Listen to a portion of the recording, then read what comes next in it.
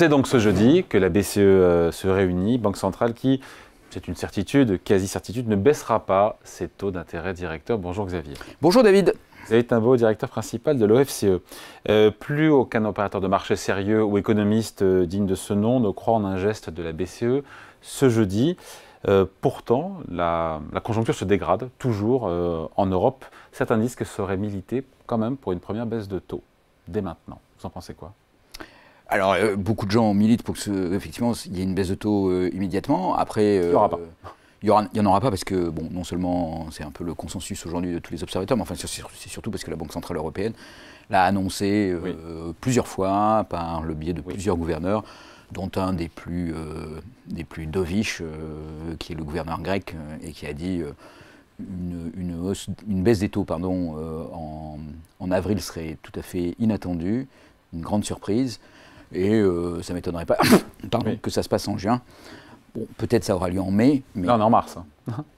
Là, on est en mars. En tout cas, en mars, c'est sûr. Non, mais il n'y aura pas de baisse de taux. D'un point de vue conjoncture, est-ce que ça se justifierait? Il faut parler de l'inflation aussi. Alors, et quand on voit qu'on est en croissance zéro et qu'en Europe, on se dit quand même que peut-être un petit coup de pouce, ça fait du bien, non? Voilà, vous avez un point important, effectivement. Il y a un ralentissement de l'activité qui est net. Il y a plutôt une stabilisation du chômage ou une hausse du chômage en zone euro, en tout cas dans un certain nombre de pays. Donc ça plaiderait vraiment pour apporter un soutien à l'économie. Le raisonnement, semble-t-il, que fait la BCE, que je ne reprends pas nécessairement à mon compte, mais est de dire, en fait, on est dans une situation où l'inflation a ralenti, elle a nettement ralenti. 2,6% sur un an en zone euro en février. Pardon, je donne les chiffres. Tout à fait, mais par contre, l'inflation cœur, core inflation, reste plutôt élevée. Et donc, qu'est-ce que ça veut dire? En fait, ça veut dire qu'il y a une décrue des prix de l'énergie. Ouais. Donc, c'est le phénomène inverse que celui qu'on avait vu quand il y avait eu la hausse des prix de l'énergie. Ouais. Et ça, du point de vue de la BCE, ça va être une stimulation à l'économie.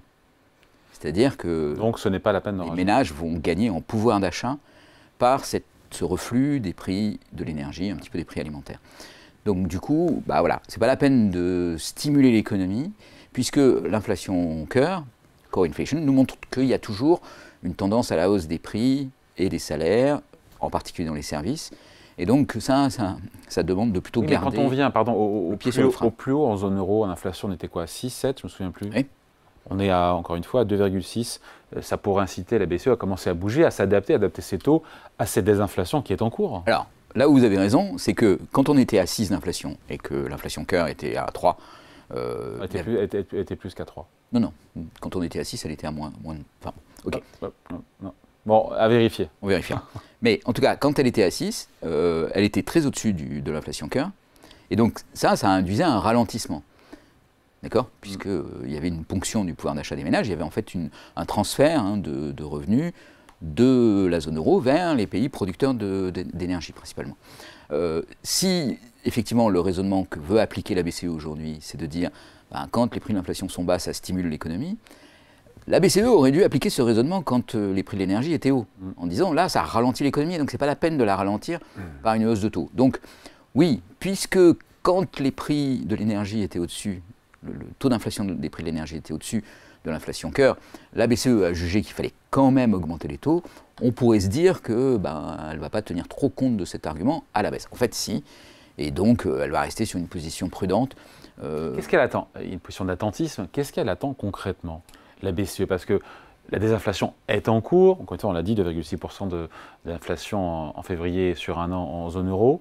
Qu'est-ce qu'elle attend de plus? La croissance est en croissance zéro en zone euro. Qu'est-ce qu'elle attend? Je pense qu'elle attend surtout, ou en tout cas elle profite de ce moment-là. Elle attend que la Fed démarre avant elle, hein. Alors, il y a peut-être un peu de ça, et peut-être que si la Fed finalement déclenche des baisses de taux à partir de maintenant, ça va la faire réfléchir. Ce ne sera pas le cas non plus. Hein. Ça ne sera pas le cas non plus, mais ça peut arriver assez vite en fait, parce qu'il y a quand même des signes de ralentissement assez marqués dans l'économie américaine. Mais peut-être que ce qu'elle veut faire aussi, c'est gagner un petit peu en crédibilité auprès des marchés, en se faisant passer pour, ou en tout cas en s'affichant comme une banque centrale dure. Et qui n'écoute pas tout ce qu'on lui dit. Pour corriger le retard à l'allumage en matière de hausse de taux et d'inflation qui semblait transitoire pour tout le monde. Exactement, pour corriger ce message de banques centrales un peu attentistes et un peu lentes à la détente, qui manquent un peu d'autorité et de fermeté dans le déclenchement de la montée des taux. Alors elle avait déjà quand même un peu passé ce message en faisant une montée des taux extrêmement vigoureuse, plus de 4 points en un an, donc quelque chose qui n'avait jamais été fait en fait dans l'histoire. Retard à l'allumage, mais après hausse de taux rapide. Voilà, et donc peut-être qu'elle reste un peu marquée sur cette position qu'elle veut dure pour gagner en crédibilité auprès des marchés. Gagner en crédibilité, mais perdre aussi peut-être en croissance. Ça va nous coûter de l'activité, ça. Alors, perdre. Et donc, il y a la question, certains se disent, mais on est clairement dans une erreur de politique monétaire de la part de la BCE qui devrait commencer à baisser ses taux plus rapidement que prévu. Oui, alors, et puis peut-être que l'erreur de politique monétaire, elle avait déjà commencé avec cette montée des taux. Encore une fois, si on compare la situation américaine et européenne, en gros, les évolutions des taux ont été assez comparables, même si la Banque Centrale Européenne a été avec un peu plus de retard sur les États-Unis. Mais la situation économique n'est pas du tout la même. Aux États-Unis, le choc énergétique, il est positif, parce que les États-Unis sont exportateurs nets d'énergie, alors qu'en Europe, ce choc, il est franchement négatif. Et donc, cette conjoncture, elle n'est pas du tout la même, mais ce n'est pas nouveau qu'elle n'est pas du tout la même. Elle n'est pas du tout la même depuis 2021, la fin de l'année 2021, et évidemment, ça s'est accentué en 2022 et en 2023. Qu'est-ce qui se serait passé? Pardon, c'est du back trading, comme on dit, mais si la BCE n'avait pas augmenté ses taux, ou très peu, est-ce que l'inflation toute seule, parce que les prix de l'énergie sont redevenus à des niveaux plus raisonnables, sont revenus à des niveaux plus raisonnables, est-ce que finalement la réflexion n'aurait pas toute seule, elle-même, fait une partie du boulot? Mais c'est une question intéressante, c'est une expérience de pensée qu'il faut faire. Hein. Donc ça sera difficile de trancher parce qu'on ne va pas pouvoir reprendre le passé et appliquer des nouvelles hypothèses. Mais... Parce que l'impact, on le voit, on le voit sur l'immobilier. L'impact des hausses des taux, clairement, se voit sur l'immobilier, assurément. Voilà. Oui. Et sur d'autres secteurs qui sont liés au financement.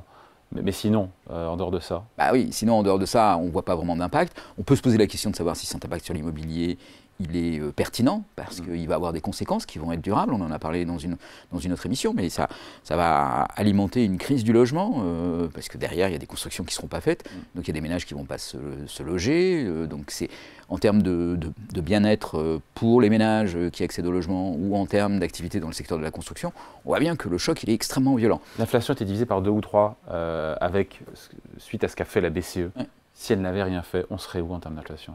On serait probablement pas très loin, parce qu'en fait, une chose est sûre, c'est que... Vous vous rendez compte de ce que ça veut dire? Et moi, je m'en rends très bien compte, mais en tout cas, une chose est sûre, c'est que la hausse des taux de la Banque Centrale Européenne n'a pas joué sur les prix de l'énergie. Ça, c'est certain. C'est pas par là que c'est passé. La baisse des prix de l'énergie, elle est liée à la réorganisation des marchés énergétiques, au fait que la Russie arrive à vendre son énergie, son pétrole, son gaz à d'autres pays que ceux qui exercent un embargo sur la Russie et des sanctions sur la Russie. Et donc, le marché du gaz et du pétrole, il s'est rééquilibré avec le GNL. Voilà. Donc, tous ces éléments ont fait que ça contribue à la baisse des prix de l'énergie. Et ça, c'est totalement indépendant de la politique de la Banque Centrale Européenne. Donc, on peut être sûr d'une chose, c'est que si on refaisait cette politique monétaire alternative, on aurait toujours la même baisse des prix de l'énergie. Et si on avait la même baisse des prix de l'énergie, on aurait quand même une évolution de l'inflation totale qui serait très très proche de celle qu'on a aujourd'hui. C'est qu'aux États-Unis, on a le même mouvement d'inflation, même niveau de hausse de taux, mais effectivement, en termes d'énergie, les États-Unis sont exportateurs nets, comme vous le dites, et donc ils ne sont pas impactés par ce choc énergétique. Enfin, ils sont impactés. Ils sont impactés différemment. Ils sont impactés en interne. Voilà, c'est ça. C'est-à-dire que les ménages payent quand même plus cher leur énergie, mais par contre, ils la payent plus cher aux producteurs d'énergie du pays. Et donc, ça réinjecte... Et non pas des producteurs extérieurs. Et non pas aux pays exportateurs d'énergie, dont la Russie d'ailleurs, au passage. Donc le calendrier, juste en 2 secondes, on comprend bien qu'a priori, le plus probable pour la BCE, ce sera au cours de l'été. Certains disent le mois de juin, première baisse de taux. Moi, je pense qu'on peut lire entre les lignes de ce qu'ont déclaré les différents gouverneurs, membres du Conseil de la Banque Centrale Européenne. On peut lire que juin, c'est assez probable, et qu'il peut y avoir une petite surprise en mai, si vraiment la conjoncture devait être mauvaise. Mais la conjoncture, est mauvaise.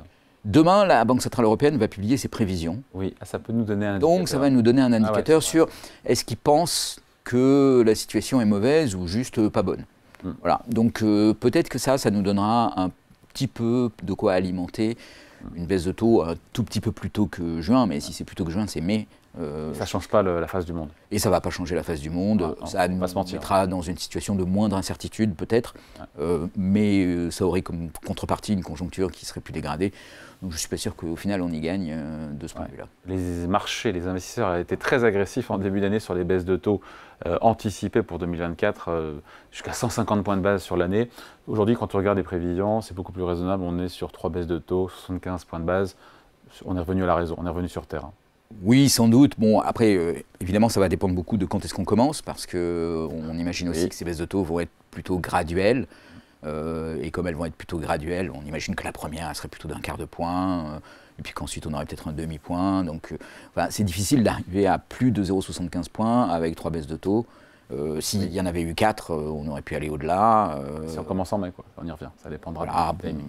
Mais là, tel que c'est parti, je pense qu'aujourd'hui, on est effectivement sur un profil où il n'y aura pas une baisse de taux massive. Dernière question, avant de se quitter, d'ailleurs c'est la question qu'on pose, elle est écrite juste en dessous, est-ce que la BCE a raison ou tort de ne pas se précipiter pour baisser ses taux? Réponse en 10 secondes. Je pense qu'elle continue d'avoir tort, la BCE, en ayant une politique monétaire qui aurait été trop restrictive et en laissant croire que c'est grâce à cette politique monétaire que l'inflation s'est réduite. Mais en fait, c'est plutôt grâce au reflux des prix de l'énergie. On a bien compris. Merci beaucoup. Explication signée Xavier Timbaud, directeur principal de l'OFCE. Merci Xavier. Merci David.